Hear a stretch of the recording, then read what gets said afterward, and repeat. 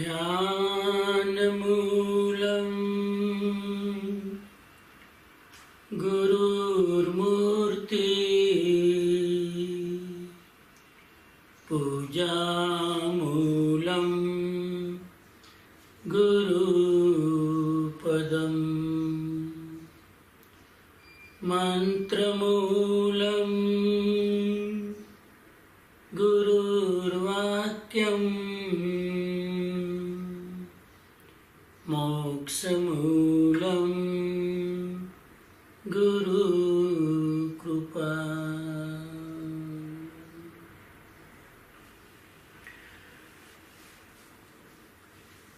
આજે મોદી સ્કૂલ્સ દ્વારા health and hygienic 2020 years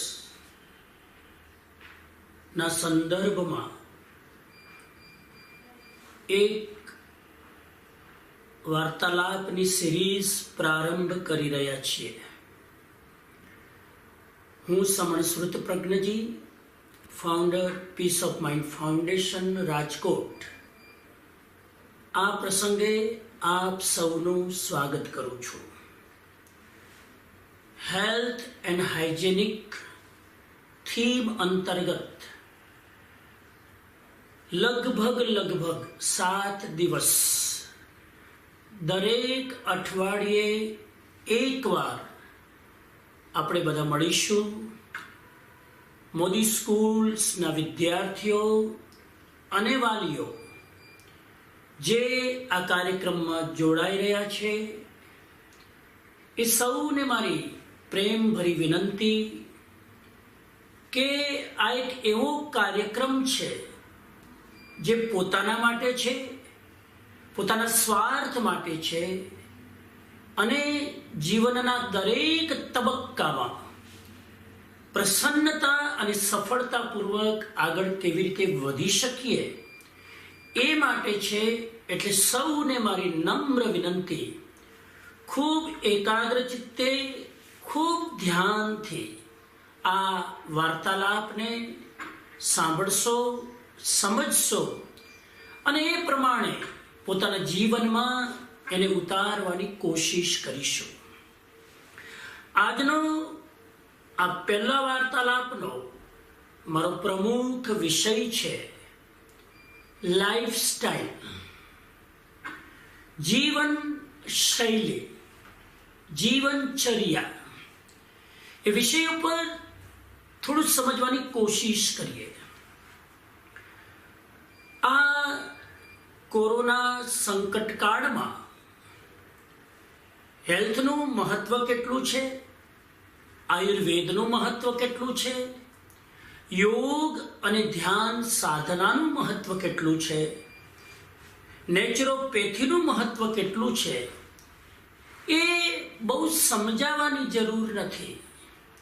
બધાને લગભગ ખ્યાલ આવી ગયો છે કે જો આપણે આપણા આરોગ્યનું ધ્યાન નહીં રાખીએ તો ક્યારે આપણા ઉપર કાળ અટેક કરે તેની કોઈ ગેરંટી નથી. જો હવે આપણે નેચરોપેથી પ્રધાન, આયુર્વેદ પ્રધાન જીવનચર્યા નહીં અપનાવીએ તો પોતે જ પોતાની જાતને દુખી કરવાના રસ્તા ઉપર પોતાને ધકેલીશું. આ બધાને સ્પષ્ટ સમજાઈ ગયું છે. એ સમજણ જીવન વ્યવહારમાં કેવી રીતે આવે એના માટે આજે લાઈફસ્ટાઈલની થોડીક વાતો હું તમારી વચ્ચે શેર કરીશ અને છેલ્લે થોડાક પ્રયોગ પણ આપણે કરીશું. તો પહેલી વાત, જિંદગીમાં સ્વસ્થ રહેવા માટે, લાઈફસ્ટાઈલને સુંદર બનાવવા માટે નેચરોપેથી, આયુર્વેદ, યોગ અને ધ્યાન સાધનાનું સર્વાધિક મહત્વ છે. એક જમાનામાં એવું કહેવાતું કે યોગ યોગીઓ માટે છે. મને લાગે છે કે હવે આ વિકટ સ્થિતિમાં યોગ યોગીઓ કરતા પણ ભોગીઓ માટે, સંસારીઓ માટે રોગીઓ માટે વધુ જરૂરી છે. બીજી મારે મહત્વની વાત આપ સૌને વિનંતી કરવી છે, અને વાત એ છે કે લાઈફસ્ટાઈલના સંદર્ભમાં જો વિચારીએ તો જૂના લોકોની લાઈફસ્ટાઈલ અને આજના મોડર્ન લોકોની લાઈફસ્ટાઈલમાં બહુ જ મોટો તફાવત છે. એ તફાવતને સમજી લઈએ તો આપણે ક્યાં ભૂલ કરીએ છીએ, ક્યાં ચૂકીએ છીએ, એ આપણને ખ્યાલ આવી શકે. જૂના લોકોની લાઈફસ્ટાઈલ શ્રમ પ્રધાન હતી, શ્રમ આધારિત હતી. એ લોકો ફિઝિકલી ખૂબ મહેનત કરતા હતા, અને એના કારણે એ લોકો લાંબુ જીવતા, સ્વસ્થ રહીને પોતાની જિંદગીને એન્જોય કરી શકતા હતા. આજના મોડર્ન લોકોની લાઈફસ્ટાઈલમાં બેઠાડું જીવન થઈ ગયું, શ્રમ પ્રધાન જીવન શૈલી ચૂકી ગયા આપણે, અને કલાકો સુધી બેસીને કામ કરીએ છીએ. એ આજની લાઈફસ્ટાઈલનો પ્રોબ્લેમ છે, બેઠાડું જીવન પદ્ધતિ. બીજો ફરક એ છે કે જૂની લોકોની લાઈફસ્ટાઈલ શાંત મનવાળી હતી. એ લોકોના મન શાંત હતા. આજના આપણા મોડર્ન લોકોના મન પણ બહુ અશાંત થયા છે. ભોગવાદી એક જીવનશૈલીના કારણે, અર્થ પ્રધાન વ્યવસ્થાના કારણે પૈસો જ જીવનના કેન્દ્રમાં આવી ગયો, ભોગ જીવનના કેન્દ્રમાં આવી ગયો. એના કારણે આપણા લોકોની લાઈફસ્ટાઈલમાં આપણું મન સતત અશાંત રહેવા લાગ્યું. જૂના જમાનાના લોકોનું મન એટલું અશાંત નહોતું રહેતું. આ બીજો તફાવત છે. ત્રીજો તફાવત એ હતો કે જૂના લોકો છે એ લોકોની જરૂરિયાત બહુ ઓછી હતી, રિક્વાયરમેન્ટ બહુ જ મિનિમમ હતી. એના કારણે એ લોકો મસ્તીથી સ્વસ્થ રહીને લાંબુ જીવતા હતા. આપણા લોકોની લાઈફની અંદર રિક્વાયરમેન્ટ્સ બહુ વધી ગઈ, જરૂરિયાતો ખૂબ વધી ગઈ, આવશ્યકતાઓ વધી ગઈ, ઈચ્છાઓ વધી ગઈ. We have more and more desires, અને એના કારણે આપણા જીવનમાં સ્વાસ્થ્ય ખોઈ બેઠા, શાંતિ ખોઈ બેઠા, પારિવારિક પ્રસન્નતા ખોઈ બેઠા. તો આ ત્રીજો તફાવત. એ લોકોની જરૂરિયાત ઓછી હતી, આપણી જરૂરિયાતો બહુ જ વધી ગઈ.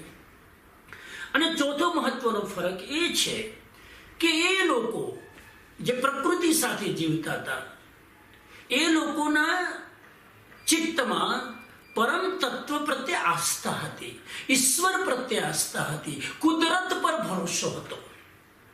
આજના મોડર્ન લોકોની લાઈફસ્ટાઈલમાં લગભગ એવું લાગે કે ઘોર નાસ્તિકતા માંથી આપણે પસાર થયા રહીએ છીએ. ના આપણને ઈશ્વર પર શ્રદ્ધા, ના આપણને આપણા કર્મો પર શ્રદ્ધા, ના આપણને પુણ્ય પાપનો કોઈ ડર, ના આપણને ઈશ્વરની કોઈ આસ્થા. એના કારણે આપણે બહારથી બધું જ હોવા છતાં અંદરથી એકલા અટુલા થઈ પડ્યા છીએ. અંદરથી આપણે તૂટી ગયા છીએ, અંદરથી આપણે લોનલી થઈ ગયા છીએ. એના કારણે ઘણા બધા રોગો આપણા જીવનમાં પ્રવેશ કરવા લાગ્યા.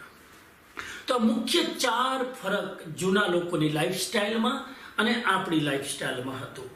આજના લોકો, ત્રીજી મહત્વની વાત મારે જે કહેવી છે, આજના લોકોની જીવન પદ્ધતિના કેન્દ્રમાં માત્ર અને માત્ર પૈસો છે, માત્ર અને માત્ર ભોગવવાની વૃત્તિ છે.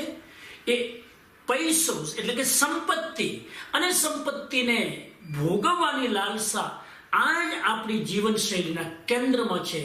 અને એ બે વસ્તુ માટે માણસ મશીનની જેમ સવારથી રાત સુધી, જન્મથી મૃત્યુ સુધી દોડ કરે છે. મેળવી છે શાંતિ, પામે છે પ્રોબ્લેમ. મેળવવું છે સુખ, પામે છે દુઃખ. કોઈ બહુ સરસ કીધું છે કે આજના માણસની વ્યાખ્યા શું? તો સિમ્પલ ટોન્ટમાં, વ્યંગની ભાષામાં જવાબ આપ્યો કે સુખી થવા માટે જિંદગીભર દુઃખી થાય એનું નામ માણસ. આ સ્થિતિ આપણી છે, જરા વિચારવું જોઈએ. તો આ મહત્વની વાત છે. ત્રીજી મહત્વની વાત છે કે હેલ્ધી લાઈફસ્ટાઈલ કહેવાય કોને? લાઈફસ્ટાઈલ બે પ્રકારની છે, એક અનહેલ્ધી લાઈફસ્ટાઈલ અને બીજી હેલ્ધી લાઈફસ્ટાઈલ. એક બીમાર પડે એવી લાઈફસ્ટાઈલ, એક જીવનને સ્વસ્થ બનાવે એવી લાઈફસ્ટાઈલ. તો બંને લાઈફસ્ટાઈલ કહેવી કોને સમજીએ જરા. એના મુખ્ય 4 લક્ષણો છે. હેલ્ધી લાઈફસ્ટાઈલનું પહેલું લક્ષણ છે, જો તમારું શરીર સ્વસ્થ રહે તો તમારી લાઈફસ્ટાઈલ હેલ્ધી છે. પછી તમે ગમે તે કરતા હોય, તમારું શરીર જો સ્વસ્થ હોય તો તમે હેલ્ધી લાઈફસ્ટાઈલ જીવી રહ્યા છો એવું કહી શકાય. બીજી વાત, સમય પર ગહેરી જો ઊંઘ તમને આવતી હોય, પૂરેપૂરી ગહન ઊંઘ જો તમે લઈ શકતા હોય તો આપણી લાઈફસ્ટાઈલ હેલ્ધી છે. તો પહેલું લક્ષણ સ્વસ્થ શરીર, બીજું લક્ષણ ગહેરી ઊંઘ, પૂરતી ઊંઘ. ત્રીજું લક્ષણ છે હેલ્ધી લાઈફસ્ટાઈલનું, પરિવારને જો તમે સમય આપી શકતા હોય, તમારા બાળકોને, તમારા પતિ પત્નીને, તમારા પરિવારના અન્ય સભ્યોને જો તમે પૂરેપૂરો સમય આપી શકતા હોય તો આપણી લાઈફસ્ટાઈલ હેલ્ધી છે એવું કહી શકાય. અને ચોથી મહત્વની વાત છે કે આપણી મનની શાંતિ જો ટકી રહે, આપણું મન જો શાંત રહે તો સમજી શકીએ કે આપણી લાઈફસ્ટાઈલ હેલ્ધી છે. આ હેલ્ધી લાઈફસ્ટાઈલના 4 લક્ષણ છે. શરીર સ્વસ્થ રહે, પછી કોઈ ચિંતા નહીં, ઊંઘ બરાબર વ્યવસ્થિત લઈ શકીએ, સાઉન્ડ સ્લીપના આપણે જો માલિક હોઈએ. ત્રીજી વાત, પરિવારને જો પૂરતો સમય આપી શકીએ અને મનની શાંતિ દરેક સ્થિતિમાં બરકરાર રહે તો સમજી લેવું જોઈએ કે આપણી સ્વસ્થ લાઈફસ્ટાઈલ આપણે અપનાવીને જીવી રહ્યા છીએ.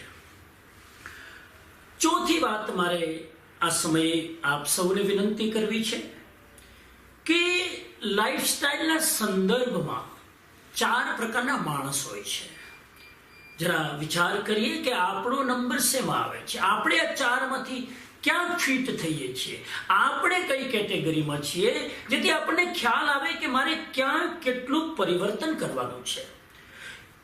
પહેલા પ્રકારના લોકોને હું કહું છું શ્રમજીવી લોકો. પહેલો પ્રકાર, લાઈફસ્ટાઈલના સંદર્ભમાં ઘણા લોકો ખૂબ શ્રમજીવી છે, મહેનત ઉપર ભરોસો રાખે છે, મહેનત કરે છે, શરીરને ખૂબ શ્રમ આપે છે અને આવા લોકો એકદમ લાંબુ અને હેલ્ધી જીવી શકે છે. શ્રમજીવી લોકો બીમાર પડે છે એનું કારણ એની લાઈફસ્ટાઈલ નથી. શ્રમજીવી લોકો પણ ઘણીવાર બીમાર પડે છે એનું કારણ છે અશુદ્ધ પાણી અને અપૂરતું ભોજન. આ 2 વસ્તુ શ્રમજીવી લોકોને ઘણીવાર નથી મળતી. ન શુદ્ધ પાણી એમને મળે છે, ન પૂરતો આહાર એ લોકો ખાઈ શકે છે. એના કારણે શ્રમ કરતા હોવા છતાં પણ ઘણા શ્રમજીવી લોકો બીમાર પડે છે. બાકી આ લોકોની બીમારીનું બીજું કોઈ કારણ નથી.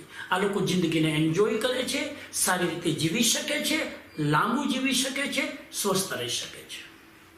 તો પેલા શ્રમજીવી લોકો જે ફાર્મિંગ કરતા હોય, જે લેબર વર્ક કરતા હોય, જે મજૂરી કરતા હોય, જે ખેતરમાં કામ કરતા હોય, આવા લોકો પ્રકૃતિની બહુ નજદીક હોય છે અને એના કારણે લોકો સ્વસ્થ રહીને દીર્ઘાયુ ભોગવી શકે છે. બીજા પ્રકારના લોકો છે બુદ્ધિજીવી લોકો, જે શરીર કેન્દ્રિત નથી, જે બુદ્ધિ કેન્દ્રિત છે, જેના જીવનનું કેન્દ્ર બુદ્ધિ છે. અને આવા લોકોનો પ્રોબ્લેમ છે કે બુદ્ધિજીવી લોકો લગભગ બેઠાડું જીવન જીવે છે. કેમ કે બુદ્ધિનું કામ કરવા માટે ઓફિસ જોઈએ, ટેબલ જોઈએ, એ પ્રકૃતિથી બહુ દૂર ચાલ્યા જાય છે.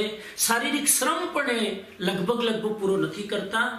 તો આવા લોકો બીમાર પડે છે એનું કારણ બેઠાડું જીવન અને અતિ આહાર. બેઠાડું લોકો ખાય વધારે છે અને શ્રમ નથી કરતા, એના કારણે એ લોકો બીમાર પડે છે, જેની થોડી વાતો કદાચ આગળ આપણે કરી શકીએ. ત્રીજા પ્રકારના લોકો છે ધનજીવી, સંપત્તિજીવી. આ ત્રીજા પ્રકારની કેટેગરી છે. આ પ્રકારના લોકો ખૂબ ખાઈને, ખૂબ પીને અને ખૂબ ખર્ચીને પોતાની જિંદગી જીવે છે. ધનજીવી વ્યક્તિના 3 લક્ષણ: ખૂબ ખાઈને જીવવું, ખૂબ પીને જીવવું, પીવાનો અર્થ સમજી ગયા છો, અને ત્રીજું ખૂબ ખર્ચીને જીવવું. આવા લોકો ખાય પણ બહુ છે, આવા લોકો પીવે પણ બહુ છે, અને આવા લોકો ખોટા માર્ગે પ્રદર્શન, દેખાદેખી અને પ્રતિસ્પર્ધામાં ખર્ચાઓ પણ ખૂબ કરતા હોય છે. આ ધનજીવી લોકોની એક કરુણતા છે, અને એના કારણે એ લોકો અનેક બીમારીઓથી પરેશાન રહે છે. ચોથા પ્રકારના લોકોને હું કહું છું આરોગ્યજીવી, જે ચોથી કેટેગરીમાં આવે છે. આરોગ્યજીવી વ્યક્તિ એને કહેવાય કે જે તંદુરસ્તીનું ધ્યાન રાખે છે, જે આરોગ્યનું ધ્યાન રાખે છે, જે શું ખાવું શું ન ખાવું એનો વિવેક રાખે છે, કેટલું ખાવું કેટલું ન ખાવું એની મર્યાદા જાળવે છે. અને આવા લોકો બરાબર પોતાની જીવનશૈલી એવી રીતે ગોઠવે છે કે જેથી એના શરીરમાં કોઈ બીમારી ના આવે, એના મનમાં કોઈ સ્ટ્રેસ અને ટેન્શન ના આવે. આવા ચોથા પ્રકારના આરોગ્ય પ્રધાન આરોગ્યજીવી લોકો છે. તો 4 પ્રકારની કેટેગરી લાઈફસ્ટાઈલના સંદર્ભમાં સમજીને આપણે જો માત્ર બુદ્ધિજીવી હોઈએ તો એમાંથી બહાર નીકળીએ, માત્ર જો ધનજીવી હોઈએ તો પણ ખતરનાક છે, એમાંથી બહાર નીકળીએ. આપણે શ્રમજીવી બનીએ અને સાથે સાથે આરોગ્યજીવી બનીએ તો મને લાગે છે કે આપણી લાઈફસ્ટાઈલ બહુ જ હેલ્ધી બની શકે. આ ચોથી વાત મારે આપ સૌને વિનંતી કરવી હતી. દરેક મુદ્દાઓ ધ્યાન રાખજો, બની શકે તો આપ નોટ કરી શકો છો, યાદ રાખી શકો છો. 5મી વાત મારે આપને વિનંતી કરવી છે, અને એ વાત એ છે કે આપણે જો સ્વસ્થ નહીં રહીએ તો આપણી આવતી પેઢી ક્યારેય પણ સ્વસ્થ નહીં રહે.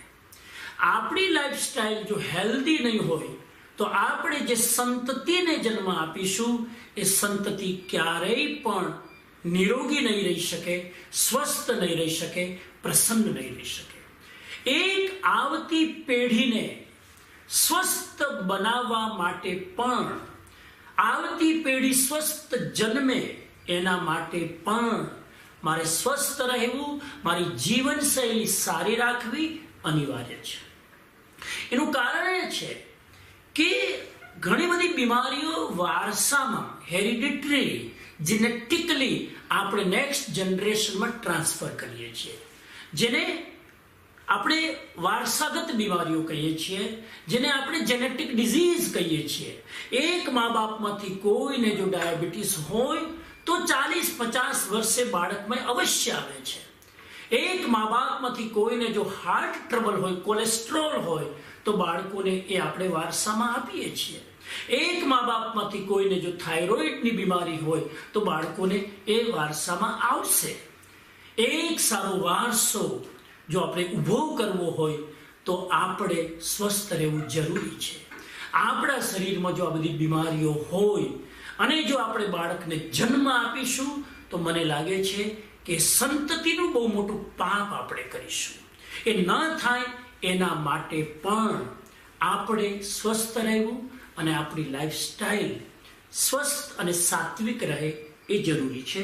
આ 5મી મહત્વની વાત મારે આપ સૌને કહેવી હતી.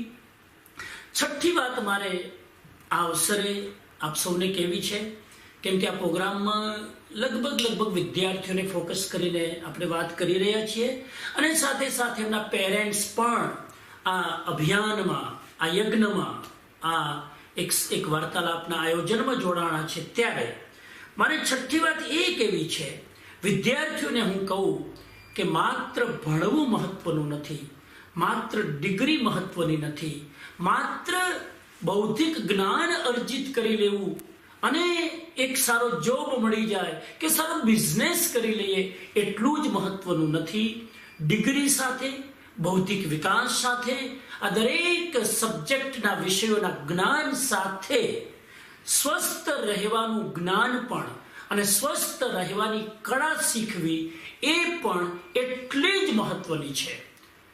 કેમ કે જે વિદ્યાર્થી માત્ર ભણવામાં ફોકસ કરે છે અને આરોગ્યની જો ઉપેક્ષા કરે તો ઘણીવાર એવું બને કે વિદ્યાર્થીને ટકા તો 90-95 આવી જાય, પણ એવા વિદ્યાર્થીઓ ઘણીવાર આંખની બીમારીઓથી પરેશાન હોય છે, ઘણીવાર ડિપ્રેશનની બીમારીથી પરેશાન હોય છે, ઘણીવાર આવા લોકો ઓબેસિટી, મોટાપા, વજન વધવાની બીમારીથી પરેશાન હોય છે, અને કેટલીય સાયકોસોમેટિક ડિઝીઝ, એન્ઝાયટી અટેક, ચિંતા, સ્ટ્રેસ, ડિપ્રેશન, આ બધા જ શારીરિક અને માનસિક ચક્રમાંથી આજના વિદ્યાર્થીઓ પસાર થતા હોય છે.